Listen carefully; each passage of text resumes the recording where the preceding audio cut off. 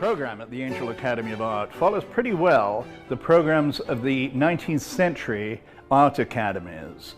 We make a few updates, a few improvements, starting off with works from specially prepared drawings, as you see behind me. We use the best set that was ever made. It was made by Charles Bargue in the 19th century, and so they're called the Bargue drawings. It follows the tried and true method. The student learns how to get the proportions right, using straight lines to keep in control of everything, to keep the rhythms. Then going on to what is called the bedbug line, the shadow line, where the dark part of the cast, in this case, meets the light. And so we progress onto more and more difficult ones, such as the one of Caracalla. Having learned what I like to call the language of drawing, you then pass from the flat into work from the cast, which is in this room. In the cast room, we ask the students to do, first of all, 2 cast drawings using charcoal. Here you see 2 great examples using a 19th century Venus. After doing 2 of these, the student then progresses to working with oil paint, and at first they make what is called a grisaille, that is a study in black and white. Julia is doing this fabulous study of an ear. Now, the main purpose of this is to introduce the student to the layers of painting, how one structures a painting, from the drawing stage to what is called the big color stage, where just the big colors are put in, and then how to model it, and then how to finesse it such that they look similar. Now, as you can see, we use a thing called sight size, which is where the model is set up right alongside the work, be it painting, be it drawing. This way, the student can stand back and can look from one to the other, making a one-to-one comparison, and see where the differences are. In this way, the student learns how to see and how to manipulate the subtleties of the values, as they call the light and dark shifts that create the illusion of form. The student then has to do 2 full color casts. At first you think, well, the cast is just white, but actually once you start to match the colors, again the value of sight size, you start to match it, you realize that actually the lights are very pale orange, and as the form turns, as the lights get darker, they get grayer, until finally the shadows themselves are really quite cool. In this case, they're quite green because we have a green wall. This brings the student to the end of the 2nd year. When they come back for the 3rd year, the final year, they start with still life.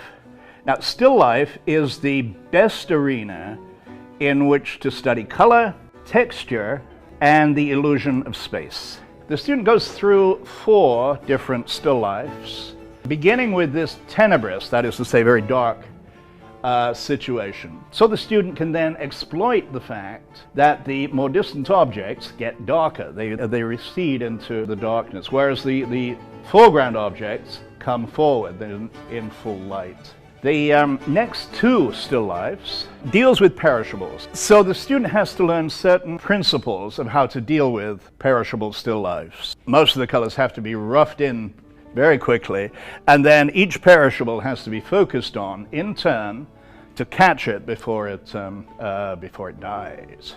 Final still life repeats a lot of the previous still lifes, but adds an element, a very decorative, a very busy element in the background. The student now has to learn how to render convincingly that background, but keep it out of focus so that it stays in the back. Now, throughout the whole program, work from the live model continues. Half the student's day is spent working from the live model. In the 4th term, so the beginning of their 2nd year, they start to work with charcoal from the figure, because charcoal is a good segue into oil painting. By the 5th trimester, they start with various oil painting exercises and stages, always with the live model. Drawing of the human figure is much more difficult than drawing a still life. For one thing, the proportions are more demanding. With a still life, if you make a pot a little bit bigger, it doesn't really matter.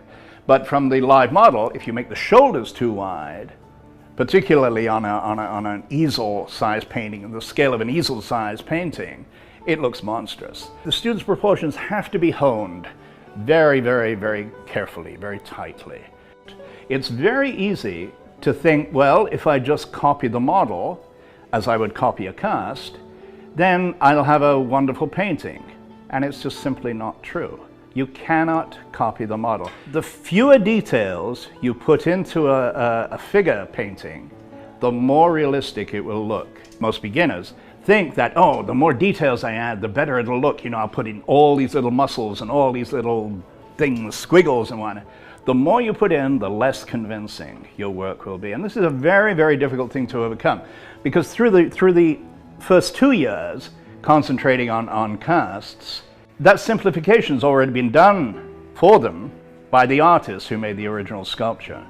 So, although they're convincing, they are not realistic. Here we have the first term students working on short poses, working with pencil on paper. The main thrust is to learn correct proportions and good gesture. That is to say, getting a drawing that doesn't look too stiff.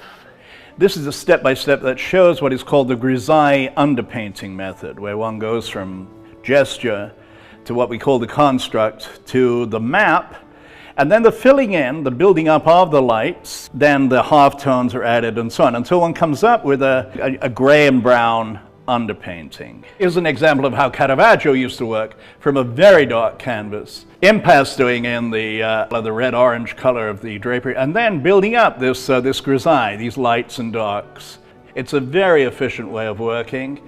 This is the large live model room, and the students are working on this grisaille underpainting with a translucent coloring. After the student has finished the 3 fundamental program, there are in fact 2 postgraduate programs, each lasting 2 years. And one of the several things I'm really proud of with the Angel Academy is that our alumni, our graduates, do so well. We hear all the time about, you know, they're doing this show, they're doing that, so they're winning this prize, they're getting this medal. 90% of them are doing really well. And this, I think I can boast, this is the only school in the world that has such a successful alumni. Without exaggeration, we feel like a big family. We are all very, very, very fond of each other. We have a lot of laughs.